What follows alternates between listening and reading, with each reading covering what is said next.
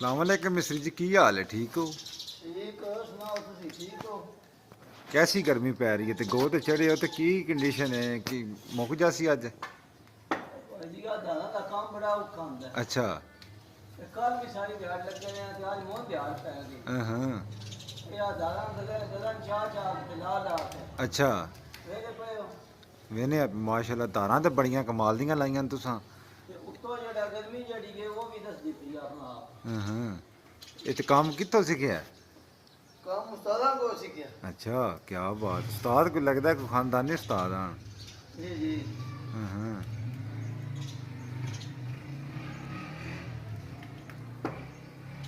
और की कोई काम दे बारे च तुहाडे कोलों आख्या पूछया गया? ਜੀ मैं कोई काम दे बारे च कोई दस्सो ना सानू भी। ਕੰਮ ਦੱਸਣਾ ਕੀ ਹੈ ਕੰਮ ਦੱਸਣਾ ਟਾਈਮ ਨਹੀਂ। अच्छा। ਦਾਣਾ ਤੇ ਆਵੇ ਤੇ ਬਾਹਾਂ ਜਿਹੜੀਆਂ ਨੇ ਆਕੜ ਗਈਆਂ ਨੇ। हाँ। आकड़ ते जांदियां ना आ काम केड़ा सुख है गो ते। वेंदे पे तार परां लाई मिस्त्री ना टोना कट छड़ियां। ठीक हो गया है। मैं ना सोने ते आपको सुहागा निकी एक दाइयों ले मियां मियां हो गया काम। मेरा नवाज शरीफ को नहीं, बाकी मियां मियां बाकी मियां दी वेच इंसान मियां दे विच ही ने काला शेर कढ़या सारा काम होंदा उजारा नाल। उजार सारे रखे ने। या आ काल शेर कढ़या सारा ते आ शेर दी धार काल लाई है जिया जिया दिसदा पिया विच कैमरे च। आ धार लाई है पहले ते होना फैलाने ते अगली इंजा साइड पे दो त्रै दियां ने लाईयां। अच्छा। एकली कार के फिर साडी दवा दी वाली है। हाँ। ते दसना ए चाहने आ गल करने दा मकसद ए वे अच्छा। जेड़े मिस्त्री थले दवा प्लस्तर कर छड़ देन ना हाँ। उत्तों मुन जंगले का डिजाइन ते कोई दारी रंदी होवे तो बाद च मुन नीरू शीरू पौंदा है। जी हाँ। ਉਹ ਮੁੰਨ ਪਲਸਤਰ ਸੁਥਰਾ ਨਹੀਂ ਰਹਿੰਦਾ ਗੰਦਾ ਹੋ ਜਾਂਦਾ। हाँ ठीक हो ਠੀਕ ਹੈ गया। ਉਹਦਾ ਸਾਡੀ ਤੇ ਤੀਬ ਹੈ ਜਿਸ ਤੋਂ ਕੰਮ ਕੀਤਾ ਕਲੀਅਰ। जी हाँ उत्ते मैं ना कोई नीरू दी दारा नहीं।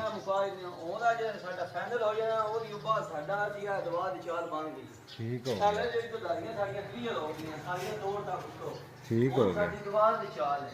हाँ। ਇਹਦੇ ਪਿੱਛੇ ਪਲਸਤਰ ਇਹ ਸਾਫ ਸੁਥਰਾ ਤਾਂ ਨਜ਼ਰ ਆਵੇ ਤੋੜ ਤੱਕ। जी हाँ।